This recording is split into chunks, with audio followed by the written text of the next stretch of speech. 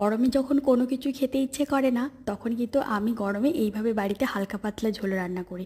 গরমে অনেক সবজি আছে যেটা একদমই সবাই ভীষণ পছন্দ করে না খেতে। আর তার মধ্যে কিন্তু এই লাউয়ের ডাঁটা দিয়ে যে কোনো মাছ দিয়ে হোক বা এমনি নিরামিষভাবে রান্না করলে সবার ভীষণ পছন্দ হয়। সেই ডাঁটা দিয়ে কিন্তু গরমের সবজি পেঁপে দিয়ে কিন্তু এই ঝোলটা আমার বাড়ির মতো নিশ্চয়ই বাঙালির প্রতিটা বাড়িতেই রান্না হচ্ছে।